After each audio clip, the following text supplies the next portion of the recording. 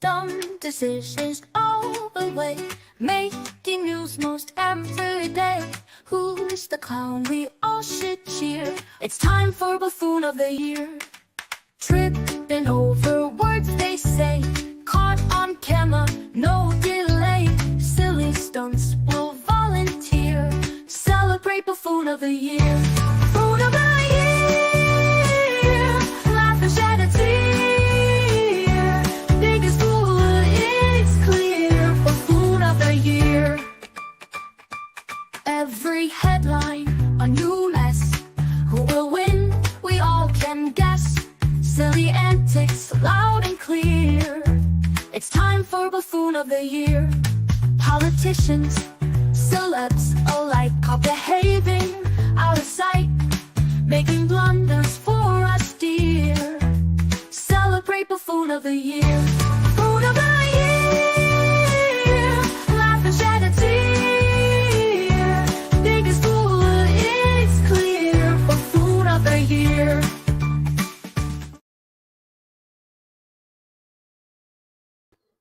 Oh, almost missed our cue there. Holy shit, who's that? I'm back, baby. It says Ross Galloway, but I don't know about all that. Yeah, man. Listen, I had to shave it off. I was at a Walmart last weekend, and some guy threw some spare change into my empty coffee cup. He thought I was homeless. I was like, all right, that's enough of that. Oh, come on. I was going to give you that much shit about it, but I mean, listen, if you want to bring it on, then cool.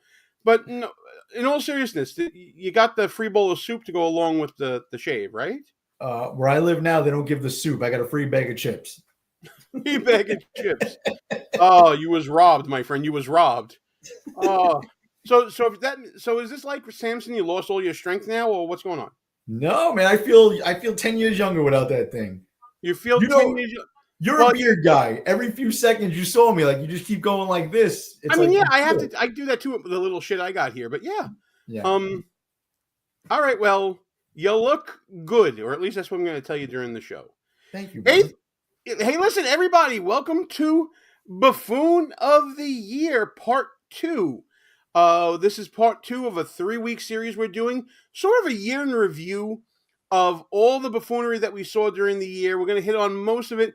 And we do it based upon categories. I got to reach for it over here. We do it based upon categories of buffoonery I find in my book, Schnooks, Crooks, Liars, and Scoundrels, a field guide to identifying political buffoons, available right now on Amazon, at Barnes & Noble, and other online bookstores. Let's get in there real close. Let's do the grift real close there.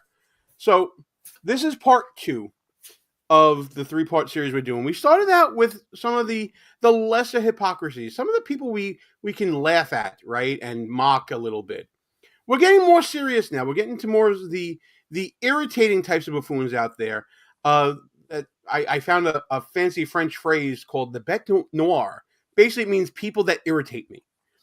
And that's really what we're going to be talking about here.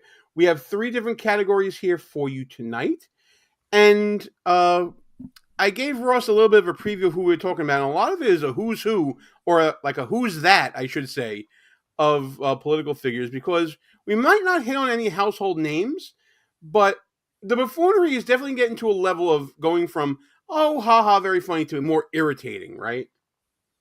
I have to tell you the truth, Gene. You threw me completely off with that Bête Noire thing. I was going to Google it, but I was like, I think it's my printer just messing up. I had to get the little tilde on the top and everything on the list. The wingding font get checked off or something? Like, I don't understand what's going on here. No, okay. So it's actually pronounced Bête Noire, a person or thing that one particularly dislikes. That's the definition of it from the Oxford Language Dictionary. Too highbrow for me. A little too highbrow for me as well, but you know what? It made the book sound a lot classier when I used it. So as we got people coming into the show, let's get started with some of these Bête Noire, these buffoons that I just irritate the you-know-what out of me. We're going to start out, pal, with a category that I like to call the leech. The leech is, and the definition of this has, by the way, evolved since the printing of the book in September of 2022. The leech, I first intended it to be the political gadfly, the type of personality that we always saw in politics, that was the hang around, the loudmouth that didn't do anything. And at first I was thinking more about local buffoons, like local level government people that would be around at community board meetings, or that would be around at school board meetings. You know, the type out there. But it has since evolved into political gadflies at all levels. And the biggest political gadflies that we see are all these talking heads on TV that say a lot, don't do much. You know the type I'm talking about, right, pal? Yeah, I mean, we got a pretty substantive list here of them. I do like the original definition of leech, though, Gene, because if you remember back to our horrible past, there were a lot of all talk, no action people that just hung around for the cocktail hours. Oh, yeah. We love those too, but you have to pound pavement. The free tickets to the dinners and the events, all the rubber chickens they could eat. Absolutely. I got to read this section from the book here before we get into this. When I first came across the word snollygoster, it's one of these uniquely political words, I knew I had to include it in the book. The definition and origin of the phrase snollygoster is a little tough to nail down, but when it comes down to it, snollygoster is this person that is like all talk, no action. Political shyster is probably the closest English word that we have to it. It's actually a made-up word that has been adopted into politics. Bill O'Reilly sort of brought it back into vogue a little bit on his show. If you remember his word of the day stuff, don't be a snollygoster. Terrific. That's where I sort of got it from as well. So I'm going to throw you a curveball because this is not a buffoon that we talked about. On the Republican side, the person that fits the phrase snollygoster the best, in my opinion, is Lauren Boebert. Lauren Boebert, who I think needs the Republican Party more than the Republican Party needs her, by the way, has been in Congress for several terms now, has a very, very, very big mouth, but hasn't accomplished really a damn thing. And we found this out this year when she changed districts from her current district to another one that was more winnable, basically carpetbagging within her own state. And during a primary debate, Boebert was exposed in this line of questioning. Check this out. How many bills did you prime sponsor in the U.S. Congress that actually were signed by the President of the United States? Good question. Good question. Well, I think the voters back home should know that a no-nonsense conservative should not have a failing Liberty score. What? And I'm the only person. Would you like to answer the question, or would you like to talk about Liberty scores? You can answer the question, ma'am. It's okay. Will. So, I asked a very specific question. Please answer. Painted yourself in a corner, huh? One of my favorite pieces of legislation that has been signed into law is my Pueblo Jobs Act that creates at least 1,000 jobs. Now we're getting somewhere. But there are also many other pieces of legislation that I've passed through the House. And it doesn't matter if it's passed through the House. If the President doesn't sign it, ma'am, government, and I'm not going to compromise my principles. What else did you do? I would give you one more opportunity if you would like to answer his question, which is the number of bills you've prime sponsored that have been signed by the President. So my Pueblo Jobs Act has been signed into law. A number, please. That is one. Got it. That is one. All that time in Congress, all that hot air going out of Lauren Boebert's mouth, she passed one bill that created 1,000 jobs. Now, yes, there's something to be said about split government and all of that, but other than that one accomplishment, she could think of nothing else to say that she got done for her constituency. That, to me, is a leech. I'm torn, Gene. I'm torn. You're torn? Okay, you're torn because you know I'm right. No, I kind of, listen, in the political sense, if you look through that lens, okay, that was a good gotcha question. But like me as a conservative, here's where I'm mixed, right? One is I don't believe congressmen should be passing a lot of laws, right? So that would have been my answer. But here's where I'm torn. The problem with Lauren Boebert is she is, and I'm not trying to sound elitist or anything because I'm just some dumb kid from Brooklyn myself. But when you have people that, her background is sketchy as far as education and accomplishments in any kind of academic or business sense, right? So when you have people like that in Congress, I don't know how they're ever going to get a bill passed, right? Unless a lobbyist hands them a bill to put on the floor, right? So maybe it's better off that she's not sponsoring a lot of bills and getting them onto the floor, because I just don't know what she can actually get passed. She votes the right way. That's good. And that's maybe what she should have said. Look, I'm not a big government person. I don't believe in passing a bunch of laws, but my liberty score is high because I vote for the good ones. I don't know, but I get what you're saying. She's not going to move the agenda forward because she can't. I don't think she has the tools. She's not equipped. Right. There's a bunch of them like that. I love Marjorie Taylor Greene because she's great for a soundbite and craziness, right? But I don't expect some words of wisdom or some well-crafted piece of legislation that moves our agenda forward coming out of her office. I just don't expect it. No, and I hear that. My whole thing is, I think that Lauren Boebert exposed herself this year, not in a good way, in the fact that she changed district. Not in the movie theater way. Not in the movie theater way. That is correct. Oh, it was the actual theater. I don't even know. I think it was like a play, but whatever. The joke stands.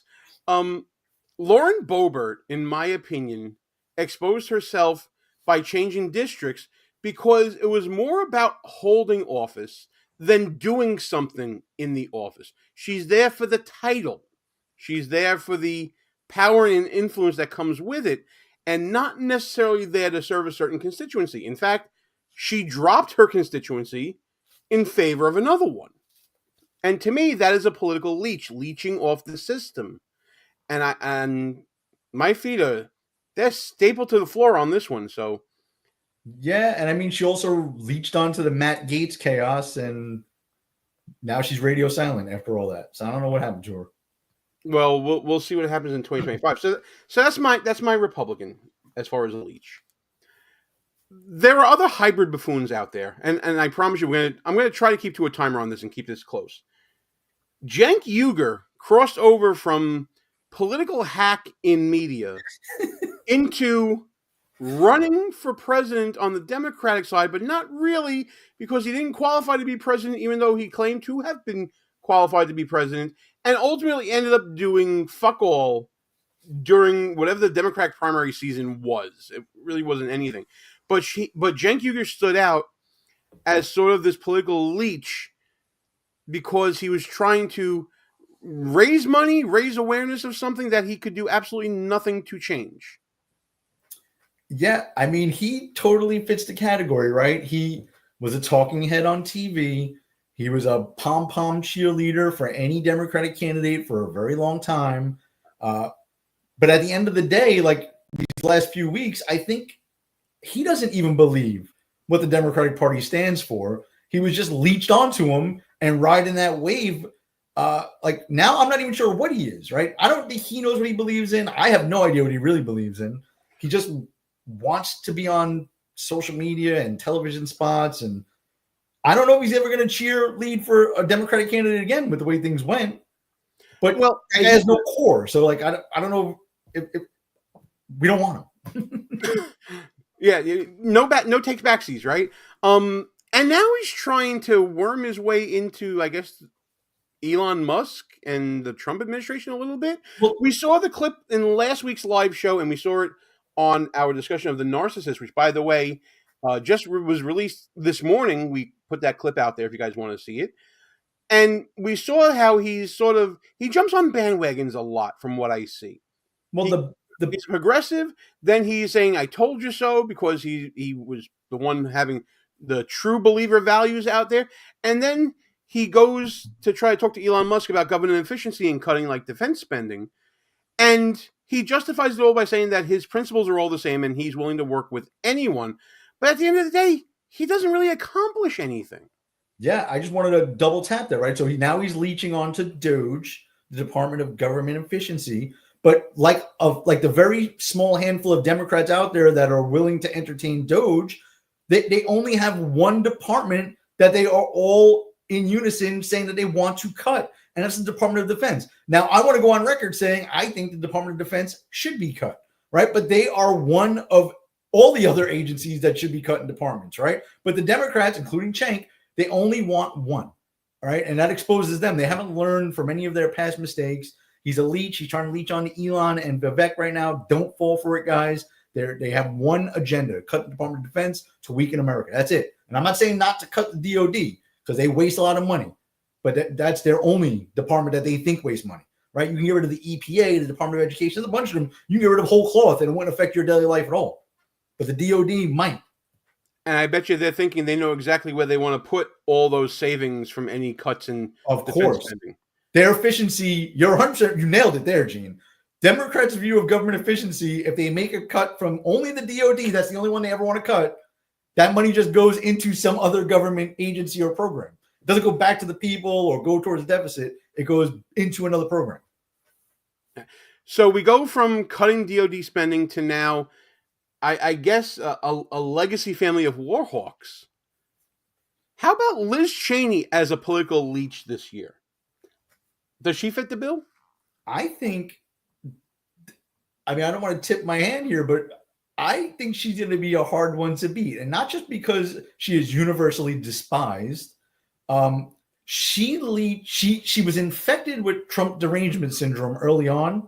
And then she leached onto the January 6th committee and rode that thing into the grave and possibly a prison cell in the next administration with the way she conducted herself on that select committee, right? She was, for our listeners and everyone out there, if you remember, the Republicans were not allowed to appoint their own members to that committee, breaking with tradition in the House of Representatives.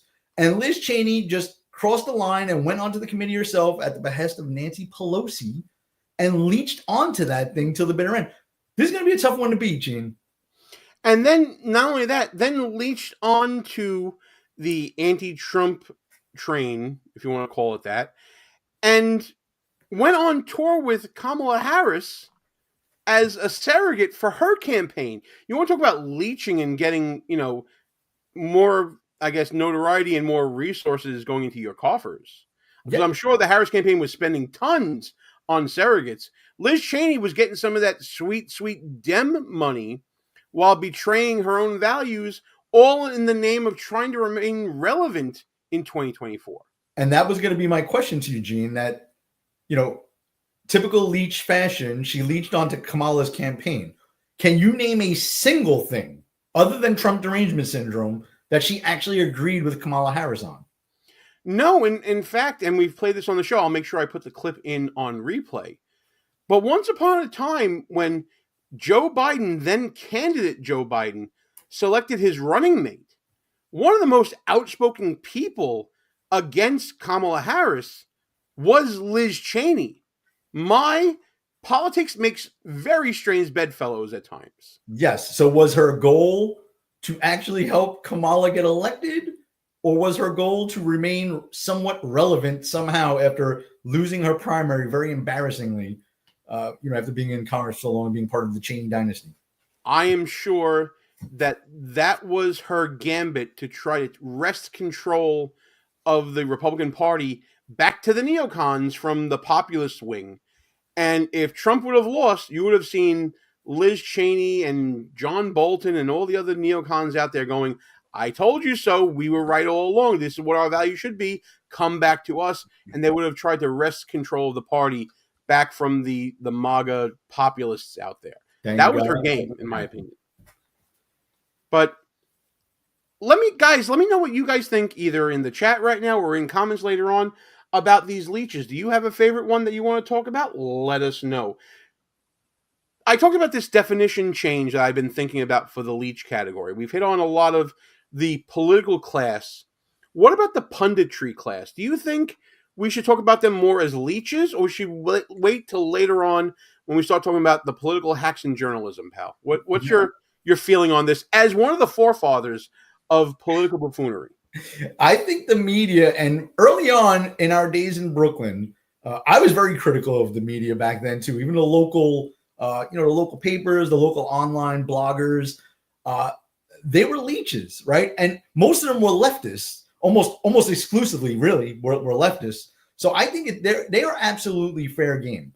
They have become propagandists for the government, in particular the Democratic Party, at all levels of government, right? And they leech on to not only for clickbait, but they like getting invited to those rubber chicken dinners, and they like having the cell phone number of an elected official or a chief of staff to an office, right? They're worse leeches than a lot of political operatives that I know.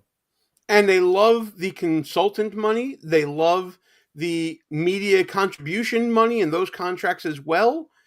And they like being the quote unquote thought leaders, while again, not accomplishing anything of any substance, either for society or for any segment of people. And there's lots of them that we can talk about here. I just want to highlight them real quickly, sort of as a class here.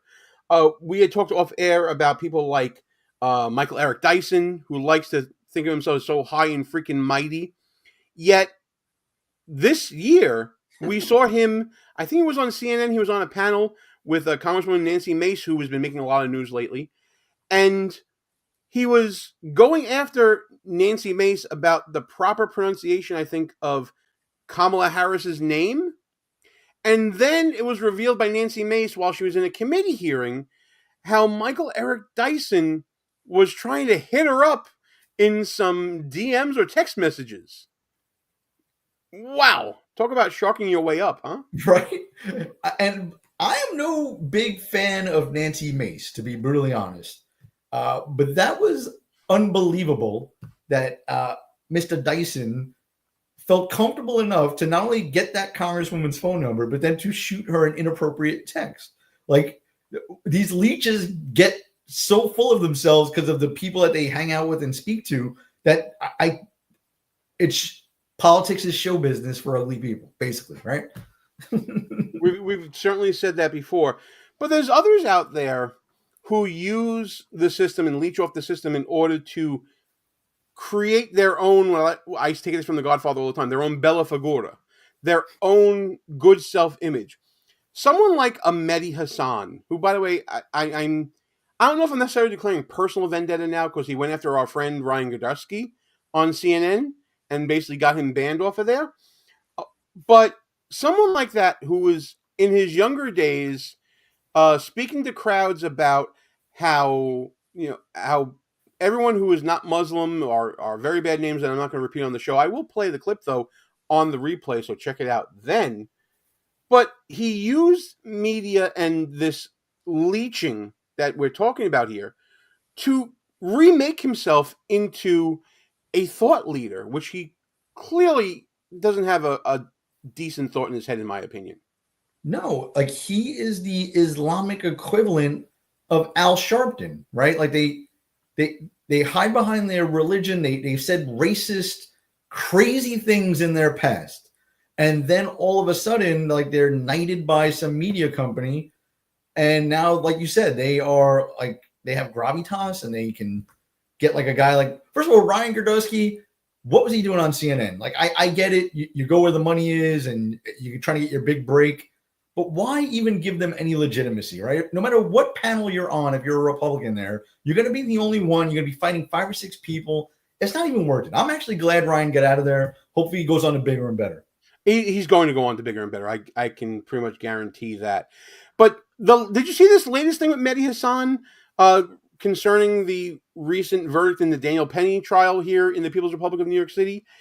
He actually went on to the X, or the Twitter as we used to call it, and start saying, he's doing a lot of race baiting, saying, well, what if the roles were reversed and if Daniel Penny was a minority and the person who was killed, Jordan Neely, was white, and didn't realize that there was actually a case of that was going on concurrently in New York City where a African-American gentleman was on the subway and had to defend himself with a knife to stab an assailant, and there were no charges brought against him in comparison to what happened with Daniel Penny. And he got community noted big time on X. Yeah. Not a peep out of anyone on that case. And why? Right? Alvin Bragg is a racist POS. Mehdi is another one. He's a leech. And I always have to add this caveat to these categories. A lot of them are just scumbags, Gene. So it's like, we give them these cute names, but Mehdi Hassan is a piece of excrement. And by the way, I'm sure we're going to be talking about Alvin Bragg in some more of the irredeemable categories coming up next week when we do this. So we're going to take a quick break here, just for a moment here, so I can show you guys my beautiful People's Republic of New York City glass that is available on shop.buffoonoftheweek.com. Check it out. It's also available in the store tab on YouTube. We got a lot of great merch out there. The holidays are here. Check out some of that merch. And another way to support the show, other than checking out the merch, is to not only like, share, subscribe, all the good stuff that we always talk about, which you guys have been doing a lot of lately with Buffoon of the Year. We've had a great audience. Last week, with all the videos being put out, we had close to, I think, 2,500 viewers of this. It's the biggest Buffoon of the Year ever. But one of the things you can also do is, starting next year, we're taking memberships, and we're going to start coming up with some new content that I'll be letting you know about in the new year. So become a member for the channel, become a buffoonologist like me and Ross here, and we will have a lot of fun in 2025, especially now since people like Anthony Weiner are coming back into the fold in politics. He's going to be running for New York City Council, and we're going to be seeing a lot of the fallout of the new Trump administration and how those who thought that they could act a fool are going to get their tails caught in a fan in 2025. So we have a lot of fun stuff coming up here on the channel. I hope you guys join us for that. I did not hear about Anthony Weiner, Gene. Jesus Christ. Hey, listen, Anthony Weiner, for those of you who don't know, we've been doing Buffoon of the Year, my God, pal, since 2010 on and off. And Anthony Weiner, Carlos Danger, whatever you want to call him, has been nominated in more Buffoon of the Years than anyone else. And he's gotten to the finals of being Buffoon of the Year, but always ended up getting edged out by someone. I think it was like 2 or 3 times he was the runner-up. I'm confident that Anthony Weiner, he's going to come through in 2025. At least I hope. 100%, Gene. I don't want to stay too long on this topic, obviously, but whenever I am in and around the People's Republic of New York City, I tune into local talk radio. And Anthony Weiner is on all the time, trying to redeem himself. And as he's speaking, I just can't help but remember all the stupid things he did. He will reoffend through buffoonery. I have to tell this one story because before I was in politics, I was involved locally in my civic association in the Chiefs of Bay, Plum Beach neighborhood in Brooklyn. My mother was on the board, and she knew all these politicians, including Anthony Weiner. And it was during an election season. I think it might have been when he was running against Bob Turner, the first time that Bob Turner ran before he became a congressman in that special election in 2016. So I think it was like 2014. And my mother tells the story of how Anthony Weiner would be standing next to her and they would be talking and just chit-chatting, whatever. And he said something to the effect of, I really don't have any other skills other than this, so I hope I win re-election. Oh. And that, if that isn't the definition of a political leech, I don't know what is. I couldn't have said it better myself. He said it the best. There you go. Let's talk about Hollywood, pal. You've mentioned several times on the show that politics is Hollywood for ugly people. Well, politics is also Hollywood for washed up Hollywood people. What do I mean by that? I mean that when a celebrity, whether it be from music, stage, screen, film, whatever it may be, finds that their star is starting to fade a little bit, they turn to politics in many ways because, hey, it worked for Ronald Reagan, right? He ended up going into politics. He was the head of the Screen Actors Guild Union. Then he worked his way through politics in California, of all places, working his way up to governor and then, of course, president of the United States. And Ronald Reagan may have created this career path that we're all suffering from now, because it seems like every faded Hollywood star wants to get back on the screen, but in the political arena this time. We've seen it with Alyssa Milano and Kathy Griffin and so many other celebrities out there whose stars have faded over time. And we have a brand new crop that we're going to be talking about now. Talk to me about these culture warriors from Hollywood jumping into politics. A lot of people say things like shut up and dribble or shut up and act. I sort of subscribe to that, but because doesn't it hurt you the most when you see someone, and a lot of these names, people know all these names that we're going to mention, when you see them talk with their own voice and not reading lines that someone smarter than them wrote for them, It's incredibly disappointing. They are not smart people. Like a lot of the crazy conspiracy theories about how they sell their souls to make a lot of money in Hollywood. I used to believe it. Now I really believe it. I used to sort of believe it. Now I like kind of almost fully believe it because they're too stupid, right? Like if you gave those guys a few $1 million, they would lose it fairly quickly. There's no way they can manage their own lives. They're so stupid. And when we start talking about some of these people and mentioning their names, you're going to see what I mean. Absolutely. They're empty vessels. And that's why they're great at acting or in film or anything like that, because they get to fill their empty vessel with a character, and then they can act like that character. And as Jerry Seinfeld said in that one award acceptance speech, let's all applaud him. He acted like Bob Johnson. What a brave and stunning thing that was done here. That's a great skit about awards. You got to check that out. But you mentioned talking off of scripts, pal, and one of the nominees that I'm going to put forth is Robert De Niro. He actually was paid by the then Biden campaign to go to the people, he's from New York City, to go in front of the courthouse and actually make speeches. He made one speech in particular on behalf of the Biden campaign as a Biden surrogate. So check this out here. I mean, this is really, even these people over here are kind of... Why is he here? If Trump returns to the White House, you can kiss these freedoms goodbye that we all take for granted. Such fear-mongering. Can you believe this? And that's why I've joined the Biden-Harris campaign, because the only way to preserve our freedoms and hold on to our humanity is to vote for Joe Biden for president. Really? Really. I'm sure he was very convincing. You are gangsters. You are gangsters. You're washed up. Fuck you. He's triggered. Mm-hmm. You're a little punk. You're a softie. You're a nobody. Your movie sucks. Roasted. He's a mook. M-O-O-K. America. Welcome to the eulogy. Eat it up. It's called political buffoonery.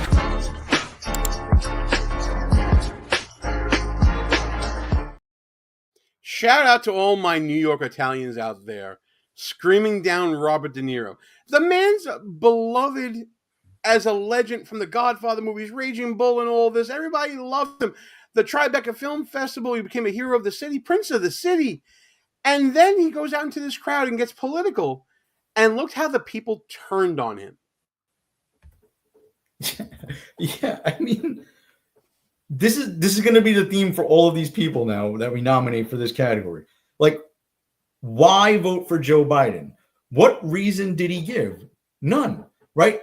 Did he even speak about the case, the merits of the fake case against Donald Trump, the business records case? No, he couldn't speak to the merits of the case. He can't tell you why to vote for Joe Biden. He has severe Trump derangement syndrome. The guy's like 5'2", 100 years old. It's embarrassing. Like, I wish he didn't do that, because now when Goodfellas comes on, it's like hard to watch it and enjoy it like I used to be able to do. Yes, I mean, what was the movie you did with Billy Crystal that was like a takeoff of Being a Mob Boss? Analyze This and that whole thing. There was 2 movies of that. Great movie. Don't know if I can watch it ever again, because the enjoyment is out of it. Meet the Fockers, and like, it's hard to watch it now. It is, unless you suspend disbelief, and I gotta put up Christie's joke here again. How De Niro is a little awe, yeah. But he went off on that crowd. You're gangsters, go F yourself. I love how the people were giving it right back to him, because hey, New York, baby, that's the good part of it all. Yeah, but like a guy like him, Gene, and this is what makes it even more embarrassing. Like, you see how small, old, and frail he is. He also threatened to punch Donald Trump in the face once upon a time. He's a fake tough guy, right? Like, he has 20 bodyguards surrounding him, and he's calling out those guys in the crowd. Tell the bodyguards to leave and go in that guy's face and see what happens, right? Like, he just can't stand these fake people. He's fake, literally. I agree, and that's an example of someone who really hurt their career, and probably hurt his personal credibility as well. Yeah, really his legacy, right? Because his career is over. He made a lot of money, and that's great. But his legacy. Like people will, or at least half the country will remember him for being a douche. Yeah, especially in times to come. His legacy, I think you nailed it on the head there, pal. But there's other ones out there that are basically retired celebrities, personalities out there, and all they do is spend their waking hours on social media just spouting platitudes and getting reamed out by the public as well. One of the biggest offenders of that is Rob Reiner, Meathead from All in the Family, also a celebrated director. Another one who damaged his legacy because he started spouting off about politics in some of the most extreme way possible.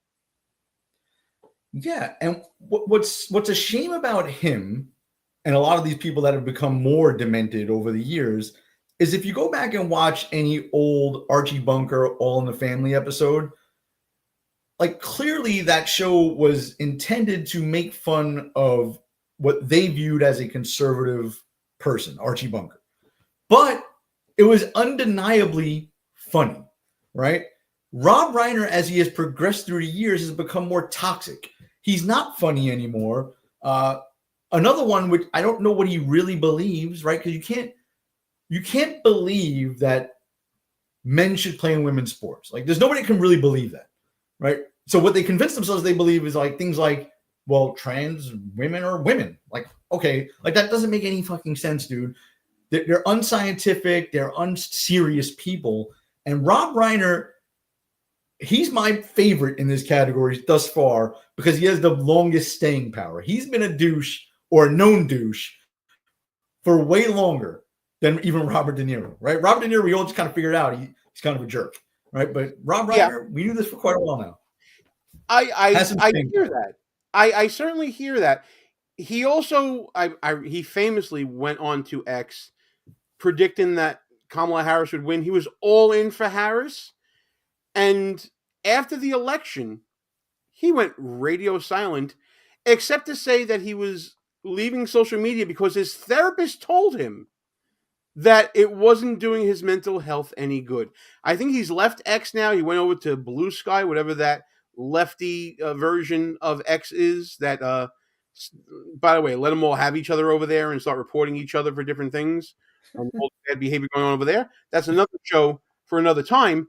But he was broken by this election.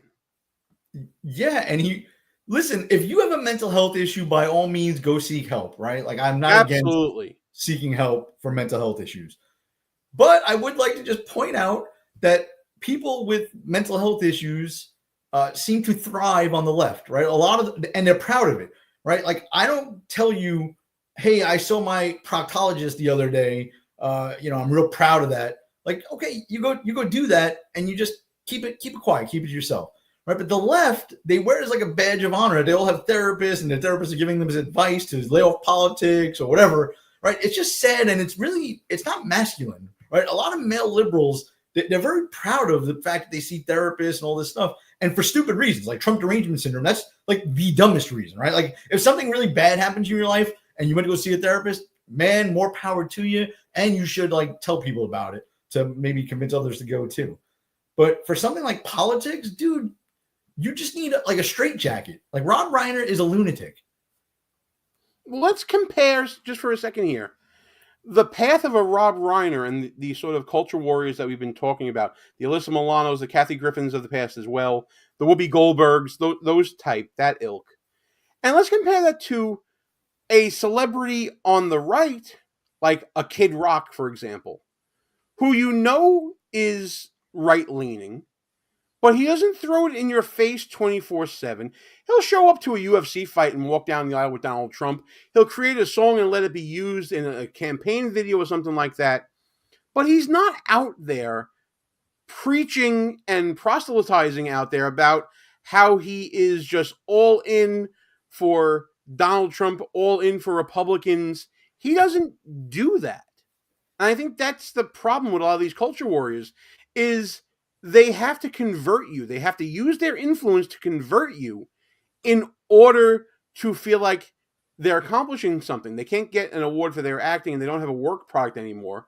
Their work product is you. Getting you to convert to their point of view.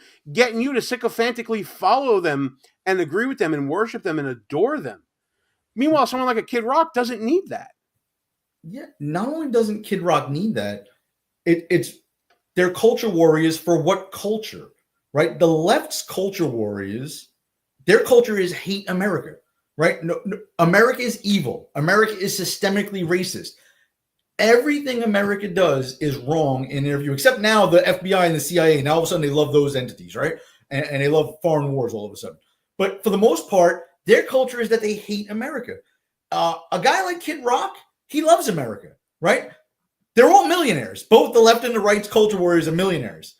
But Kid Rock doesn't bash America, right? He didn't like Joe Biden's policies, but he didn't bash America.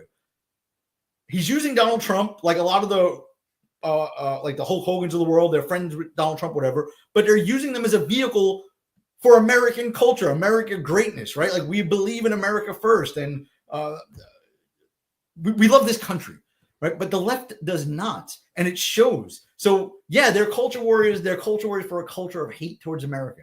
Even though they're rich, beyond rich, a lot of them are minorities, right? And they're rich, but America's systemically racist, and black people can't get ahead. Like, go shove it, man. Like, I'm not putting up that crap.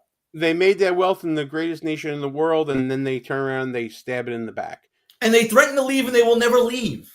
Well, right? Ellen They do leave. They go to Great Britain with a higher white population percentage-wise than America. I mean, Ellen DeGeneres did leave. So to where? Great Britain? Great Britain, yes. Yeah, okay. So they have a higher percentage of white people living there. Like, they're all full of shit. I'm not saying, I'm just saying she's one of the few that followed up on that threat. That's all I'm saying, pal. But I got you. We got two more left in this category. Let's run through them a little quicker. Similar to Rob Reiner is horror novelist Stephen King. Probably one of the most visible people on Twitter. Did the same thing as Rob Reiner. Was very vocal about Biden and Kamala Harris and very, very vehemently anti-Trump with a lot of vitriol and a lot of hate. And then the election happens and nowhere to be found. Yeah. Crazy. This is the trend that we're seeing with culture warriors. It's like what we talked about last week with Mark Cuban, how he ended up deleting all of his pro-Kamala Harris tweets out there. Stephen King, he's one of the few I'm actually worried about. Because he seems to be so far off kilter, even in his normal life with his writing and the car accident he went through and all the pain and suffering he had to go through. It probably messes with your head a little bit. I hope he's okay. But he's one of the more visible ones I saw during the year, and now, again, nowhere to be found. Yeah, I mean, I can't really comment much on this one. If you named a few of his movies, I probably would be able to recognize them. Well, definitely not any of his books. You know, The Shining... A lot of the old horror movies, the book The Stand, which was like an epic novel. Shining was great. Like, all right, yeah. To me, he's like a very irrelevant person. All right. I didn't even see his social media stuff, and I'm barely on, so I mean, that could be the excuse. All right. Okay, no problem. He's quite similar to Rob Reiner in the behavior, but he was a lot more hateful, and I saw a lot more of him online. The final nominee, in my opinion, is the front runner in this category, and I'm going to show you why. How many of you had Mark Hamill will lead the press briefing on your bingo card? Hands? Goodness! Han Solo! And look, I just got to meet the president. He gave me these aviator glasses. I love the merch. Attachment is forbidden. Possession is forbidden. I was honored to be asked to come to the White House to meet the president. The most legislatively successful president in my lifetime. He's taking a turn to the dark side, isn't he? And, you know, I don't have to go through the list, the bipartisan infrastructure law, the PACT Act, the CHIPS Act, all of that, inflation, 15 million jobs. Look, it's all good. Every word of what you just said was wrong. You know, I called him Mr. President. He said, you can call me Joe. And I said, can I call you Joe B1 Kenobi? How embarrassing. How embarrassing. Yoda, he called it right. This one hurts me, growing up a Star Wars fan, and Luke Skywalker being a hero of the rebellion. And to see what Mark Hamill has turned into hurts my soul. Obi-Wan Kenobi. Yeah. Oh God, yeah, Gina. With him too, it hurt, right? Because as '80s babies, we grew up on a lot of his crap. He fought the Empire, right? Like, and now he's a government stooge. Like, I don't get it. And what's even worse for me is, 90 people know him as the voice of the Joker from the Batman the Animated Series.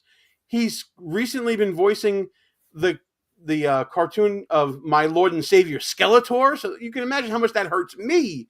If you know me, I am crazy about Skeletor, one of the greatest villains of all time, by the way. It's fact. Don't even fucking argue with me about it.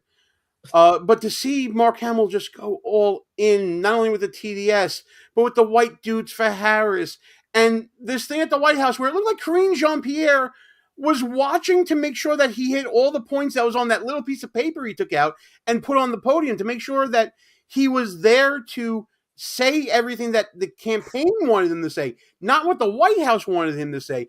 And then what isn't seen in that clip, because I can only do so much with shorts nowadays, is that he was ushered off because he was getting off message in answering questions and had to be taken off the stage. But again, one of the biggest Trump haters out there was all in for everything, had all types of iconography on his social media. And then the day after the election, gone. Again, it's a trend with all of them. But Mark Hamill was maybe the celebrity face of the Harris-Biden leftist wing of the party that was trying to retain the presidency. The only thing I wanted to add or ask was, and I don't remember this, was Robert De Niro on those white dudes for Harris commercials? I don't think he was. And that's why I said Mark Hamill was a huge disappointment, right? Because not only was he so stupid with that stupid press conference and a lot of stuff he was putting online, the white dudes for Harris thing gets you into a whole different place, right? Like, that was so cringeworthy that any celebrity that did that, I don't think you can come back from that. Years from now, we need to bring that back up, actually. Like, that Harris, I think, will fade away into obscurity, but anyone who is even semi-famous that was a white dude for Harris needs to be mocked for the rest of their life. Oh, I absolutely agree with that. But you know what's going to happen with all of these culture warriors, pal? They're receding, and then they're going to regroup for whatever the next big lefty trend is going to be. With the resistance of Donald Trump, they'll be back out there as brazen as ever, as superior as ever, going around and talking about how they are still right, even though they were so very, very wrong. If the Democrats are smart, Mr. Baradelli, they will distance themselves from these old lunatics from Hollywood. It's never going to happen because I think they're addicted to it. I think they're addicted to being the cool kids, as you said in previous episodes. Being the cool kids means having cool friends. It means having George Clooney at, 5-figure per plate meals and Julia Roberts out there and paying Beyonce to show up and getting Taylor Swift's endorsement and all of the pseudo celebrities transitioning into politics like the Rosie O'Donnells, the Kathy Griffins, the Whoopi Goldbergs, the Mark Hamills that are out there, the Alyssa Milanos that are still out there.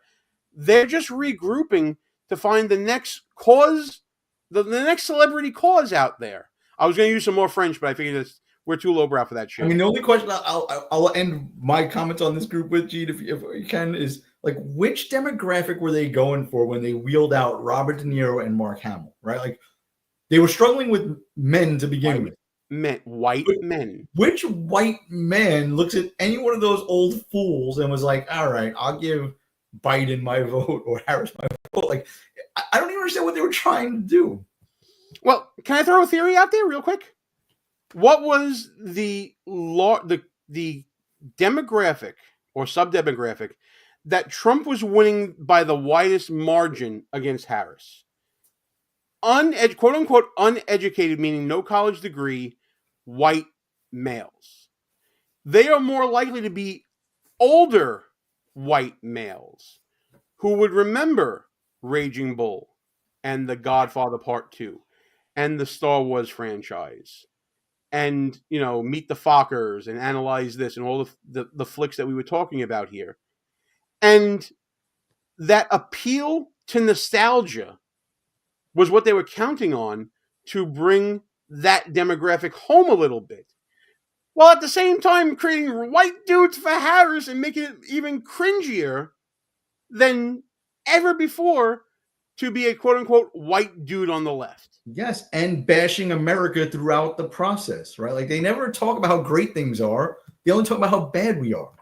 So I don't know how they're going to get those older white males to say, yeah, you know what? My country sucks and I hate it. Let me vote for Kamala Harris. It goes to show you, pal, how stupid this campaign was when they were trying to appeal to the so-called uneducated white men one way and then repelling them the other way. Completely nuts. I want to know what you guys think about who should be the culture warrior for 2024. Is it one of the people we chose? Is it someone else that we missed? Let us know in the comments in this video and on replay as Buffoon of the Year marches on. So one more quick break here, pal. Of course, I like telling everybody to please subscribe while you're watching right now. Like, share the show with your friends, wherever you're watching, on X, on YouTube, on Rumble, all that really, really good stuff out there. It all helps support the show. We're getting close to 2,500 subscribers on YouTube. If wherever you're watching, you can head over to YouTube, find Buffoon of the Week, find our channel, subscribe over there, regardless of whether you normally watch us on X or on Rumble. That would really help us out a lot. It's time for our last let me try that again. It's time for our last category, pal, and it may be the most hotly contested category in all of Buffoon of the Year. I'm talking about the hack, the journalistic hacks out there, and there are so many of them out there. What I do in my book, which I'm going to show again, Schnooks, Crooks, Lies, and Scoundrels, a field guide to identifying political buffoons, that's available right now on Amazon, at Barnes & Noble, and other online bookstores. The hack journalist, the political hack, doesn't cover stories. They cover narratives. Whatever the narrative is from the side that they're on, and they're on both sides, by the way, but we tend to focus more on the left because the majority of media does lean left. What they do is create a beautiful narrative of how they think society should be, or how they think a story should be framed, rather than reporting the facts and allowing the viewer, the consumer of the media, to decide on their own what conclusions should be drawn from those facts. They draw the conclusions for you, spoon feed it to you, and then use that narrative in order to self-perpetuate their influence, their access to politicians, and of course, feather their own nests. There are so many of them out there. Let me give you an example, pal, of what a beautiful narrative is to the left. You might remember this from when Donald Trump was preparing to do his rally at Madison Square Garden towards the end of the campaign season.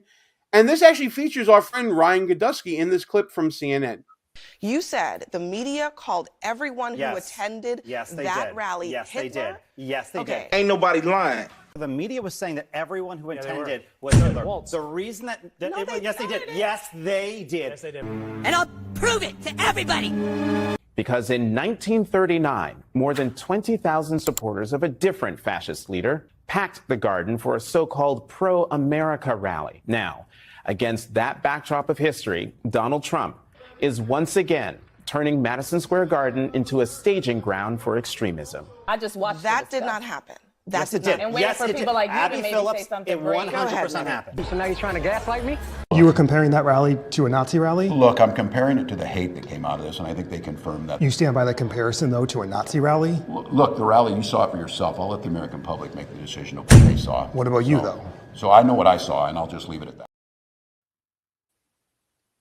That's gaslighting, pal. The beautiful narrative in that particular case was to paint Trump and everyone who attended that rally as being the bad people from WW2, fascists, racist, misogynist, all the ists that are out there. And yet Abby Phillip was denying that that narrative, that beautiful narrative, was ever happening. Yeah, and that's what I mean. I don't understand how Godrowski could even be on a show like that. Like, that would be so frustrating to me. All these nominees that we're going to talk about here just blatantly lie, right? It's great because we'll have points for each of them. But that CNN panel is so painful. what's the other guy? Scott. I forgot. Jennings. Scott Jennings. Like, he's another one, man. He's got like talent. He should get his own show somewhere. He should not be there. It hurts me to even see his clips. He's always on point, but he's speaking to complete hacks, right? All of them are hacks. I want to push back for 1 second about Ryan Godusky, Scott Jennings, and these other conservatives in the liberal media spaces. I actually love that they go out and do that they antagonize people, that they bring the opposite perspective on these networks. Not only because it helps grow their notoriety and show that their truth tellers are out there in this media space, but I think it exposes these hacks for what they are. Abby Phillip got exposed because Ryan Godusky was there to push back on her point. I get what you're saying, Gene, but you have to be more like a Donald Trump in that arena, right? Donald Trump will never apologize. Even when he's wrong, he doesn't apologize. Ryan would double down on his thing during that take. Hopefully we'll do a show on this. And then he kind of backed off last second while he was still on the air, and then he got fired, right? Like, never apologize. Call them out for hypocrisy even harder. Instead of just saying, no, it is true. Have a fact. Like, throw it right back in their face. Say, no, on this date, Tim Walz said this, right? Like, back up your shit and double down. Never apologize. Otherwise, don't go on those shows because they love nothing more when they smell blood in the water and fire you. I hear the point, certainly, and clearly we're going to have to get Ryan on to have a little bit of this debate. Maybe we'll do it during Buffoon of the Year. I'll see if I can get him on. The first nominee I want to bring up, my friend, we are responsible for this happening. I don't know if you remember, but back when we were doing Behind Enemy Lines as a syndicated radio show back in the day, like, might even be like, my God, 10 years ago? Damn, we're old. But we used to throw a certain party at a certain event in DC every year. And one of the people who always brings up our party that we threw in DC every year, and I guess enjoyed herself, is Olivia Nuzzi. She is the reporter. I don't know if you saw this. I believe she used to work for Anthony Weiner. She, in her formative years, I guess, hung out with us at some point. And then news broke this year about her affair with RFK Jr. Her sexting affair. Her sexting affair. I mean, let's be clear about what it is. I don't know if there was ever any physical contact. It was definitely which preacher said I sinned in my heart, or something? It was Jimmy Carter that said I had lust in my heart, or something like that. I don't remember. This was a little bit of a step further from that, but it's by trying to, I guess, cover RFK Jr. when he was running for president. She became entangled in that sphere, I guess. And it not only affected her job because she got fired from the New Yorker, New York Magazine or New York, I forget which one it is, but also ruined her marriage over political hackery. That's a pretty big F up. For the record, I do not remember her from our previous line. Sure you don't. Sure you don't. Or any of those parties. The attractive blonde reporter that was trying to speak to our friend Steve Stockman. Sure, you don't remember her at all. Not ringing a bell, Mr. Bernelli. Not ringing. Well, she remembers us, and she tweeted about the party when our friend Mr. Stockman he wasn't pardoned, but he had his sentence commuted by President Trump in his first term. I mean, in her defense, have you seen RFK without a shirt on? I mean, it's a handsome Dude's jacked. But it's a textbook example of losing objectivity. And it's also a textbook example of, literally fuck around and find out. Yep. She's in. While I don't know if she's going to be the winner of this category, she certainly merits a nomination. Probably the best moment I saw of a hack getting owned in media was J.D. Vance. J.D. Vance is the media slayer. He is the slayer of hacks. And what he did to ABC News' Martha Raddatz was a thing of beauty. People are terrified by what has happened with some of these Venezuelan gangs. Senator Vance, I'm going to stop you because I know exactly what happened. Oh, you do you? The incidents were limited to a handful of apartment complexes, and the mayor said our dedicated police officers have acted on those concerns. A handful of problems. This is fine. Martha, do you hear yourself? Only a handful of apartment complexes in America were taken over by Venezuelan gangs, and Donald Trump is the problem and not Kamala Harris's open border? Where are your priorities? Come on. You seem to be more focused with nitpicking everything that Donald Trump has said rather than acknowledging that apartment complexes in the United States of America are being taken over by violent gangs. What is this obsession with him? Let's just end that with they did not invade or take over the city, as Donald Trump said. I want to move on to just a few apartment complexes, no big deal. Just a few. I remember when that story was bringing, and that was one of the turning points for J.D. Vance, that people started to see him as an asset to the Trump campaign rather than questioning whether or not he was going to be a good enough running mate. This was post-debate, and his star has been on the rise ever since. Yeah. I mean, J.D. Vance is what I was talking about. He's a younger, cleaner, more coherent version of Donald Trump.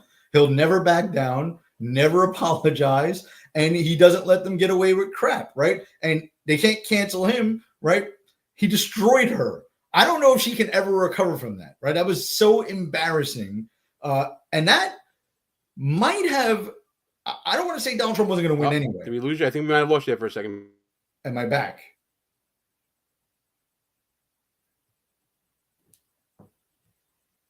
We might have gotten our signals crossed here a little bit. Go ahead and pick up on that if you can. Just if you can hear me now. I'm just JD Vance in that interview there, if the election was going to be close, would have tipped the scale, right? Because she was so stupid and so hackish that the average American person watching that, when JD Vance retorted with, "Are you listening to yourself? It was only a couple of apartment complexes taken over by a foreign gang," right? Like that is your textbook definition of hackery, right? I get the arcade sexting thing, but I don't think there's anything worse than that one this year.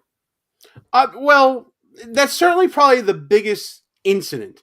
I mean, we can talk about Don Lemon getting owned by Vivek Ramaswamy earlier in the year to the point where he ended up leaving CNN. One of the more brilliant things the once and future President Donald Trump did was surround himself with a lot of narrative busters. People who are willing to go out there, speak truth to power, and to speak to what they see and buck the trend of a narrative like Martha Raddatz was doing right there. Bringing Vivek Ramaswamy on board to break narratives, J.D. Vance, Elon Musk, RFK Jr. to some extent as well, other surrogates out there, like Carolyn Leavitt, who I believe is going to be the press secretary now, who is going out there getting thrown off of CNN because she didn't want to play their games. Yeah.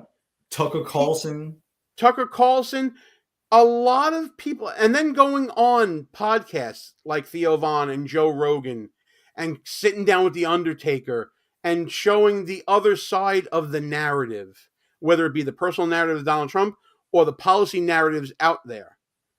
That won him the presidency, in my opinion, breaking down the wall of the hacked narratives from people like Martha Raddatz. And another buffoon that we have to talk about here that I think may be a bigger offender of putting forth false narratives, Joy Reid. I think if you're looking for the biggest moment, you look to Martha Raddatz, right? If you're looking for sustained buffoonery of pushing hacked narratives, it's got to be Joy Reid. I agree. This is the same thing, right? Staying power. She has it. The thing about Joy Reid is this. I mean, obviously she's a hack, right? But she's genuinely dumb, right? I don't know if Martha Raddatz is dumb, right? But Joy Reid is dumb. There's no debating that. She also has no viewers, which is even more odd to me, right? Sean Hannity is a hack, but the guy got ratings, right? So he makes money for the network. Joy Reid doesn't. So I don't understand how she's like on TV. She's dumb, has no ratings, and is a hack. And a consistent hack. She's gonna be tough to beat. Yeah, I'm glad you brought up Sean Hannity to give an example of a right-wing hack. There are also other ones out there that we can talk about. I'm sure you can mention Laura Ingraham and others out there as well. To me, there are also self-aware hacks like a Jesse Waters or a Greg Gutfeld who know what they're doing and they have no pretense about it. They don't say that they are news people and they are there to express their opinion. They want to be thought leaders. Like we talked about on the left with Mehdi Hassan and Elie Mystel and Michael Eric Dyson and people of that ilk. There's a difference between those people and someone, let's say, like a Chuck Todd or an Abby Phillip. A news person, a hack, I should say, masquerading as a trusted news source. And I think Hannity might be actually where the tipping point is, from where you go from you are a hack to you're a personality that has an opinion on news. And I'm glad you brought that up to make that point. Yeah, and just real quick on that, like Hannity is bad in that sense because he'll never call. He's friends with a lot of these people that he has on his show, like the Lindsey Grahams of the world, right? Lindsey Graham is wrong about a lot of things. A guy like Jesse Waters will call him out. Like he'll never go on Jesse's show and get into it, but he'll call him out because Jesse Waters, like you said, he it's like more of a spiel for him. He knows he's a hack, right? He's not pretending to call balls and strikes, right? And when our side is not, doing what our side wants to happen, he'll call him out. A Jesse Waters, but when you get the Sean Hannity's of the world, the Joy Reids, like the Joy Reids, Joe Biden could do no wrong. Kamala Harris was a messiah. Like it's just insanity. They're complete hacks. You want to talk about treating politicians like messianic figures? We got to talk about Joe Scarborough and Mika Brzezinski and their worship of Joe Biden and how this election broke them. And they're now trying to open up dialogue with Donald Trump. I want to give an example of what this sort of hack journalism looks like when it comes to Joe Scarborough, Morning Joe, and Mika Brzezinski. Keep in mind, this is a clip I put together from like 2020 as an example to show how much they were in the bag against Trump and how deep their TDS went. All of these clips, pal, came from one episode of Morning Joe in 2020. Oh my God. Oh, I don't know. We won't call them fascist comments. Fascism. Fascist. Call fascism. Fascism is fascist. Fascist notions of fascism. Xenophobic, racist, demagogic, racist, sexist, xenophobic, autocratic, and fascistic. Donald Trump is a fascist. Someone like a fascist or a tyrant or an autocrat. Fascist rhetoric, fascist language, fascists. I'm glad that you're starting talking about fascism. Hitler. Right. Fascist rhetoric. He's talking the way fascists talk. It's autocratic, fascist, Nazi Germany. Before the rise of Hitler, fascist language. To Hitler, fascist Hitler. Adolf Hitler. Well, Hitler. But Hitler. From what Adolf Hitler preached in the early 30s. Let's just say it once and for all.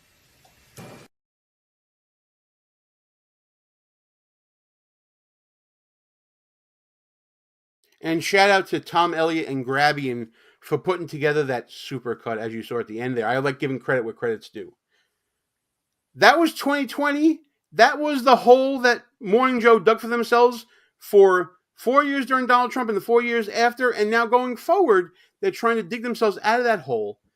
And even news personalities like Rachel Maddow and others at MSDNC are calling Morning Joe and Mika Brzezinski sellouts to the point it was reported in the New York Post that Rachel Maddow cornered and confronted Mika Brzezinski and drove her to tears because of her lack of credibility and Joe Scarborough's lack of any sort of integrity. Yeah, so I don't know what they're surprised about, right? Joe Scarborough, and we've spoken about him in the past, was part of the Republican Revolution under Newt Gingrich in the 90s when we took the House back after like 50 years, right? he was supposedly a young gun conservative Republican back then. Then, without explaining why, became a liberal lunatic on MSNBC for many years, right? Complete hack. And then, after the video you just played and the nonsense he spoke for years, went and kissed the ring at Mar-a-Lago and said he's willing to like work with Donald Trump where he can, right? You can't be a hack and then change your mind and not explain why you changed your positions and also repent. And he's done it twice, where he went from Republican to Democrat, and now he's sort of slithering back towards MAGA. Like, you don't get to do that, dude. Yeah, he's a sellout, but more importantly, he's a fucking hack. And a liar, because he was one of the people out there talking about how fit and sharp Joe Biden was before the debate with Donald Trump back in June. And, you know, I'll put that clip into the video on replay here as well. Joe Scarborough is a liar. Bottom line, they're all liars, but few people got caught in their lies more publicly than Joe Scarborough and Mika Brzezinski here. And that's what I mean, Gene. Did he ever repent for lying about Joe Biden being sharp as a tack? No. Right? The guy is a sellout, obviously, but he's more importantly, he's a hack. You have to tell us why you said those things. Did you believe those things? If you did, tell us why and what changed your mind. Same thing with Kamala Harris. Like, that's another reason why she lost, because she was a hack. She probably fits into a lot of these categories, to be honest herself. But yeah, Scarborough still needs to explain that one, right? Like, how did you say Joe Biden was sharp as a tack and running circles around people? This is the best version of Joe Biden that I've ever seen. Yeah, it's completely ludicrous here. Look, we can nominate so many others here. Basically, everyone at MSDNC, the Ari Melbers of the world, and the Lawrence O'Donnells and the Rachel Maddows, who we haven't even talked about. Or we can talk further about Abby Phillip and others at CNN. And I think the way I want to end this segment, pal, is what happened in 2024 also is we saw a continuing trend about what happens to hacks after their relevance sort of wears out. Apparently, they go to News Nation with Chris Cuomo and Geraldo Rivera, and I guess to some extent, if you want to say Bill O'Reilly as well, that seems to be the retirement home for hacks that have their moment, but then also have their fall. That's an interesting development in the hack that is, it's singular to our age of social media, because that really didn't happen a lot. Usually when someone lost their credibility back in the day, they were just gone. Or they went to cable news like Brian Williams, or they became a special correspondent like Dan Rather. They were pushed to the side. But there are so many more media opportunities out there because of social media. Everybody's going to have their own podcast, or going to go to an alternative channel, that the advent of social media is going to exponentially increase not only the number of hacks, but the longevity of hacks as well. I don't know if that's such a great thing. Yeah, you can't kill him off now. I just think it's hilarious, though, that you even mentioned Chris Cuomo, because he is so, he was a hack, but he wasn't even a good hack. And he's so stupid and irrelevant now that he doesn't even get a nomination in our category for hack. Well, I will say, if I didn't say it already in the top of the segment here, he is mentioned in Shooks, Crooks, Liars, and Scoundrels, a field guide to identifying political buffoons. In fact, if you look at the cover here, he's the one dressed like Fredo right there. Let me see if I can get a better... There you go. He's the one dressed like Fredo next to AOC over there. He had no staying power, though. He was a flash-in-the-pan hack. Well, you can also thank his brother for that as well. They are both examples of more irredeemable buffoons that we're going to be talking about in next week's final installment of this year in review that we're doing Buffoon of the Year. And the way we're thinking about handling this, folks, is after we get all the nominees out, and they'll all be done by next Wednesday, then we're going to open up voting for all of them. People have been voting in comments right now and telling us what they think, whether it be on my social media or in comments of videos out there. And by the way, if you want to comment, like, share, subscribe, do all that good stuff to help grow Buffoon of the Year. It's already the biggest Buffoon of the Year ever for us, based upon the amount of eyeballs we're getting onto this.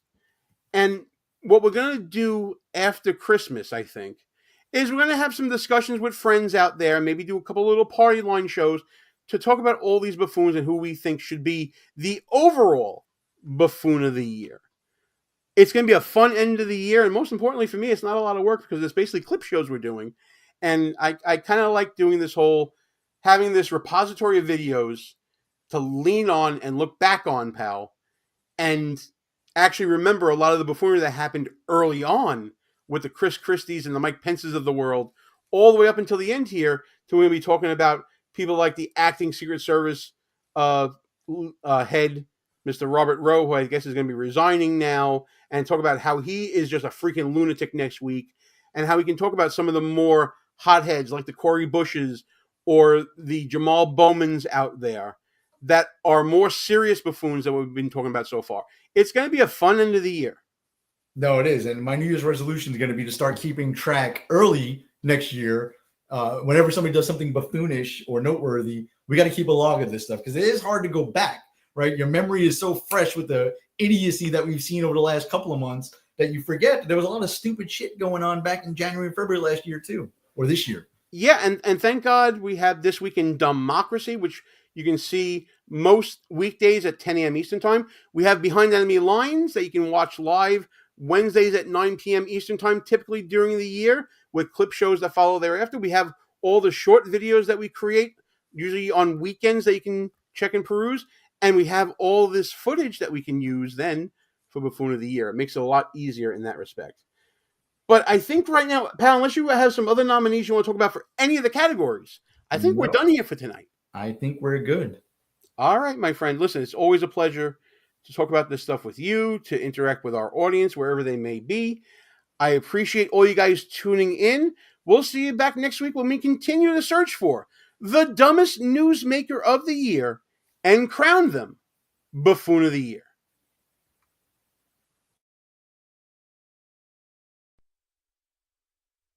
Dumb decisions all the way, making news most every day. Who's the clown we all should cheer? It's time for Buffoon of the Year. Tripping over words they say, caught on camera, no delay. Silly stunts will volunteer. Celebrate Buffoon of the Year. Buffoon of the Year. Laugh and shed a tear. Biggest fool, it's clear. Buffoon of the Year.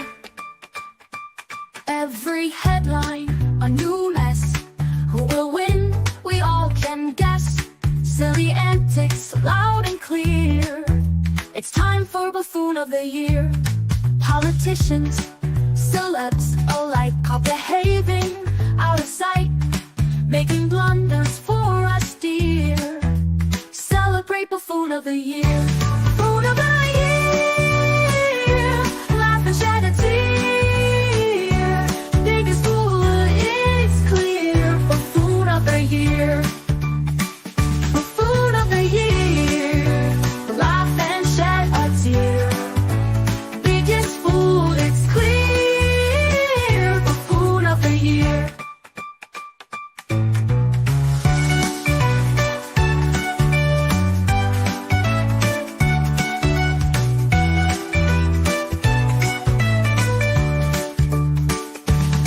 Every headline, a new mess.